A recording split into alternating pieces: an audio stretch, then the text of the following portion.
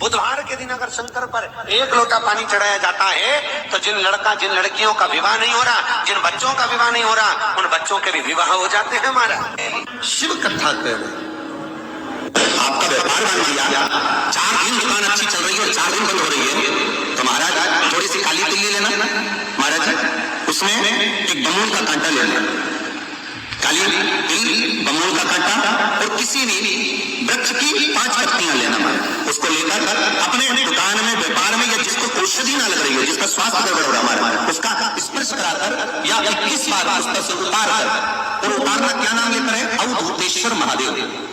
कौन सा महादेव है? जम के बोलो जरा, अवधूतेश्वर महादेव। शिव जी का एक अवतार हुआ था अवधूत रूप।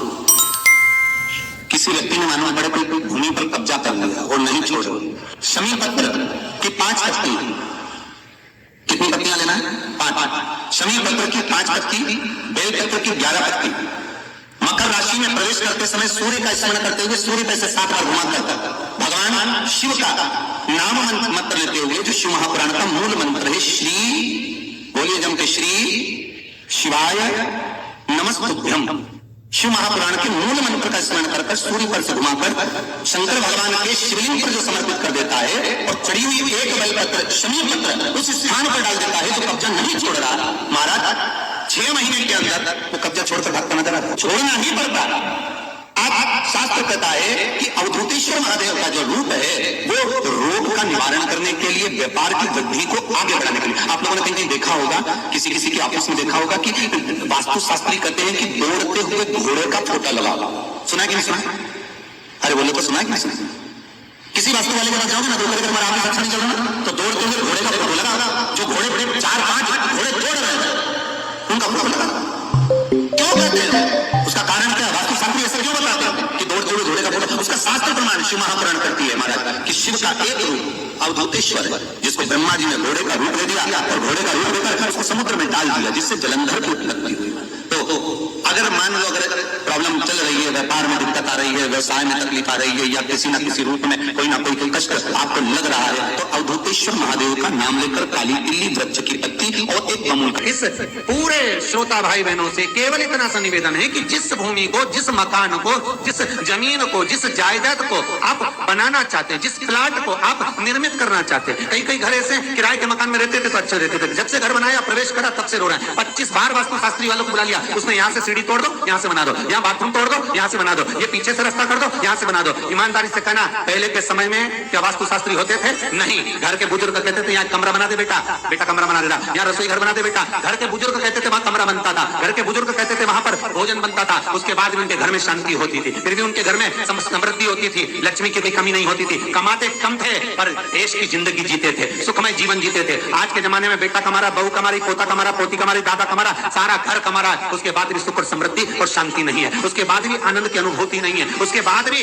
हमेशा रोना केवल सुख का होता है। जरा सा घर में 4 लोग रह रहे हैं पर चारों के मुंह भगोने जैसे रहते हैं, एक तपेले जैसा मुंह, एक भगोने जैसा मुंह, एक थाली जैसा मुंह, एक बल्टोई जैसा मुंह, सब कोई बोलने को तैयार नहीं, क्योंकि जब बोले तो बर्तन की आवाज आए तो बोलेगी। एक माँ बेटी टीवी के सामने, एक माँ बेटी एक सोफे पे बैठा, बोले ही नहीं आपस में। वो सुख गया का महाराज। कई लोगों के मैसेज आते हैं, गुरुजी हम बड़े दुखी हैं, कारण क्या है? बस कारण इतना सा है कि आपने जब मकान का निर्माण कराया, वास्तु शास्त्री को बुलाया, इंजीनियर को बुलाया, सब ठेकेदार को बुलाया, सबको बुलाकर मकान, प्लाट, जमीन, जायदाद सब दिखवाया, पर आपने उस भूमि पर पद्म पुराण कहती है, धेनु मानस कहती है, स्कंद पुराण कहती है कि उस प्लाट पर आपने 3 दिन तक एक गौ माता को नहीं बांधा, 3 दिन तक एक गाय को उस प्लाट पर बांध कर चारा खिलाते। ना वास्तु शास्त्री को बुलाने की जरूरत पड़ती, ना कभी समृद्धि की, ना सुख की जरूरत पड़ती, क्योंकि गाय उस जगह से सारी इंद्रियों को आनंदित देकर सुख प्रदान कर देती है। उस जगह के सारी रोग, बीमारी, कष्ट, तकलीफ, दुख को गौ माता खींच लेती। गौ माता जैसी जगत में कोई नहीं हो सकता। हाथ में घड़ी नहीं बांधती गौ माता, पर 4 बजे आपके रोटी मिलती है तो 4 बजे खड़ी मिल जाती है। 3 बजे भोजन मिलता है तो 3 बजे आपके दरवाजे पे मिल जाती है।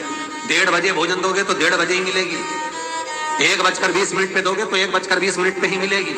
कोई घड़ी नहीं बांधती, फिर भी समय पर आ जाता है। क्यों? क्योंकि भगवान ने उसको ऐसा बनाया है, 33 कोटि देवताओं ने उसमें ऐसा विराजमान कर दिया है कि जगत का वो कल्याण कर सकती है। उसका एक एक अंश जीव का कल्याण करने वाला है, एक एक अंश जगत का उद्धार करने वाला है। पर हम ये आज के युग में हम उसको भूल गए। आज के युग में हम ये सोचते हैं कि वास्तु शास्त्री को बुला लें, वो ये बता दे, हमने ये फ्लैट बनाया, हमने ये मकान बनाया, इसकी छत कैसी, इसका कमरा कैसा, वो बता देगा, सब कुछ बता देगा। उसके बाद भी लोगों को क्या सुख नहीं, उसके बाद भी शांति नहीं। फिर चलो तो चलो किसी बाबा जोगी क्या पूछ गए जो ऐसा घूम घूम के बताता, और उसके यहाँ जाकर पूछ लिया, बताओ बाबा जी हमारे घर में शांति नहीं, तो बाबा जी एक ही बात बोले, तेरे ही घर का है जिसने कुछ कर दिया। अब इसको याद आया 15 दिन पहले मेरी जेठानी से लड़ाई हुई थी, उसी ने कुछ करा होगा। अब बताओ बाबा जी ने आपस में ऐसा बीज बो दिया कि घर और जुड़ा हुआ था तो टूट गया। वो भी आप जानिएगा महाराज कि शंकर भगवान के ऊपर जो जल चढ़ाया जाता है उसकी जलाधारी उत्तर में जाती है। कई लोगों को तो आज भी तुलसी उतारना तक नहीं आता कि तुलसी का जल कैसे उतारा। भगवान शिव का जो जल जा रहा है वो उत्तर की ओर जा रहा है, और हनुमान जी को उत्तर में विराजमान कर मुख दक्षिण की ओर कर दिया गया। क्यों? प्रबल दिशाओं में उत्तर और दक्षिण। महाराज ये जो दो दिशाएं हैं इनको साधने के लिए कोई देवता आगे नहीं आता। अगर इन दिशाओं को कोई साधने वाला है तो केवल एक देव महादेव ही हो सकता है। काल का हरण करने वाला वो महाकाल ही हो सकता है। शंकर का ही एक अवतार है हनुमान जी महाराज, रुद्र अवतार महाराज। हनुमान जी से का विवाह नहीं हो रहा, 30 साल हो गए, 32 साल हो गए, 34 साल हो गए, लड़का लड़की का विवाह ही नहीं हो रहा। बहुत टेंशन है माता पिता। पूर्व पश्चिम उत्तर दक्षिण, हथेली पर आटे का दीप लगाइए, घी भर लीजिए और 4 बत्ती उसमें अलग अलग रख ली, विवाह ही नहीं हो रहा। बहुत टेंशन है माता पिता। कोई मंगली है, कोई मांगलिक है, थोड़ा ढीले कम करो, प्लेन रखो। के दिन जिस दिन देवता उठेंगे, जिस जगह पर तुलसी शालिग्राम का आप पूजन करते हो, गन्ने के नीचे, ईख के नीचे तुलसी का क्यारा रखकर पूजन करते हो, वहां पर भगवान शिव और भगवान नारायण का नाम लेकर उस दिए को लगवा दीजिए और वहीं पर हल्दी का तिलक उस लड़का या लड़की का कर दीजिए। और हम श्री शिवाय नमस्तुभ्यं, हम श्री शिवाय नमस्तुभ्यं, हम